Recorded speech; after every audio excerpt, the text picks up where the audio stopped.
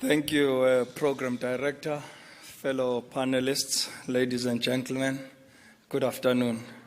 Perhaps I'll save you some time and just make it very short and simple. Bantustans never worked for South Africa and its apartheid regime. Bantustans will never work for apartheid Israel. Pre-1652, South Africa was 100% owned by the vast black majority, from its traditional natives, if you call it, or tribes, the San, the Khoi, the Bantu-speaking nations, the Tswanas. It was our land. In 1652, with the arrival of Jan van Riebeeck, started land grabs. And we saw systematic killings of our people from the San and the Khoi. A ship docked in the Western Cape, in the current place called Cape Town, with smallpox, killing 90% of the population of the Khoi and the San. And those that remained fled to the Kalahari Desert. We continued for 350 years of colonialism, seeing the vast majority of black South Africans being killed, being forced off their land, and pushed to homeland reserves. When the Union Government of South Africa was established in 1910, the entire black majority was totally expelled from white South Africa.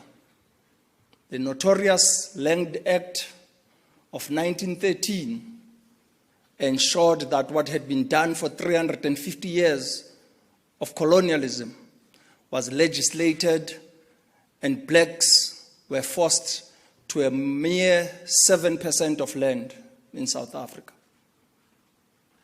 With the two Boer republics, Transvaal and the Free State, as well as with the two British colonies, the Cape and Natal, coming together, by 1936, this was consolidated to 13% of the land for black people in homeland reserves, where we formed 90% of the population.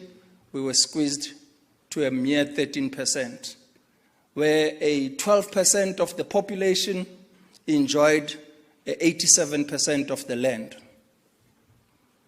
The incoming National Party and the Afrikaner dominance in 1948 saw the establishment of Bantustans, and that ensured that we could be monitored, and we had to have passes to move from a Bantustan into white South Africa as a cheap laborer. And South Africans stood in unity, fighting one of the most brutal regimes we have ever witnessed, the apartheid regime of South Africa. None of us ever imagined that we would realize freedom in our lifetime. But your support in the international solidarity movement, in the non-aligned movement, as well in the frontline states, ensured that we were able to realize this freedom. My grandfather was sentenced to life imprisonment, spent 18 years on Robben Island, then went to Pollsmoor prison and Victor Verster prison, where he was eventually released, spending a total 27 years of imprisonment. Twice in his incarceration, he was offered to be released. Mr. Mandela will release you on one condition, that you go back to your homeland reserve and the Bantustan of former Transkei. He rejected that without hesitation. They came back to him again. We say, Mr. Mandela, we'll release you on one condition, that you go back to your house in Soweto in a black township that was planned by the apartheid regime on its racial spatial planning. And Madiba said, no, I will not accept to be released in those conditions. And they asked, how can we ensure that we return you to your people? And he said, if I'm to be released, it must be unconditional. I want to be able to walk freely the land of our forefathers, from the north to the south, east to the west. Bantustans never worked for apartheid South Africa. Bantustans will never work for apartheid Israel.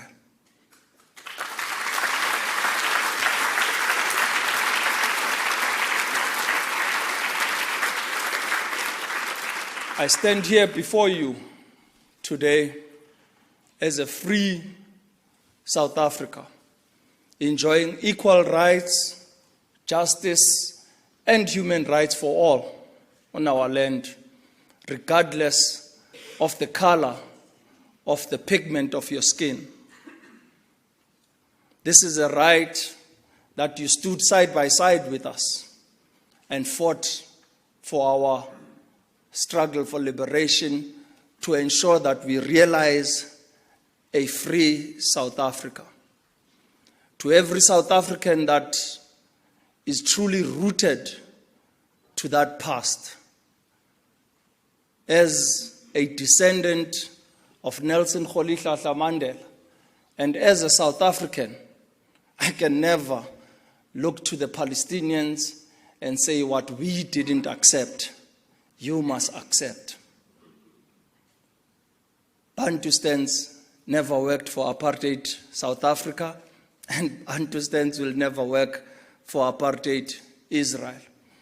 I say this because South Africa we have today, we were unable to win in 1994, was only able to dismantle the apartheid legacy legislatively. Today I have been appointed to chair the Portfolio Committee in Parliament of Agriculture, Land Reform, as well as Rural Development. And the land issue is staring us in the face, because a vast majority of South African land still remains in the hands of a few. 25 years later into our democracy, we're still grappling with the apartheid legacy. And therefore, I want to call on to the international community to truly assess what you say and what you mean by a two-state solution. Palestinians are reduced to only 12% of the land of their birthright, land of their forefathers, land that has seen Palestinians thrive for generations. This doesn't impress me at all. Nothing they claim, not their military might, not their newfound allies in the Middle East region, not their newfound hoax of the century deal, not the fact that the landmass of historic Palestine has been disseminated and less than 12% remains in the Palestinian hands. We must not relinquish the right of occupied Palestine. We must not relinquish the right of return to the 6 million refugees living in exile. We must not desist from demanding the release of all political prisoners. We must not desist from claiming a one state for Palestinians, wherein all can live in peace and harmony, wherein all can enjoy equality and full citizenship, where all can enjoy prosperity and democracy. One state, one future. Like apartheid, South Africa is now a forgotten remnant of the past. We must continue to campaign for freedom of all the occupied Palestine.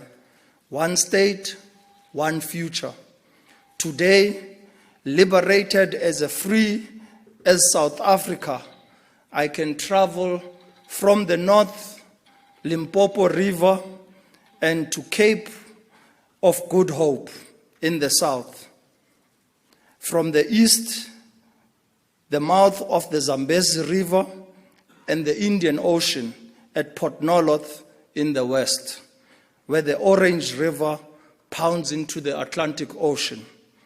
Only when we can likewise travel free from the north to east, or from the north to south and east to west in Palestine, we know that we have arrived at a future, and this is the future we can all dream about, and it is a future we can indeed achieve in our lifetime. I thank you.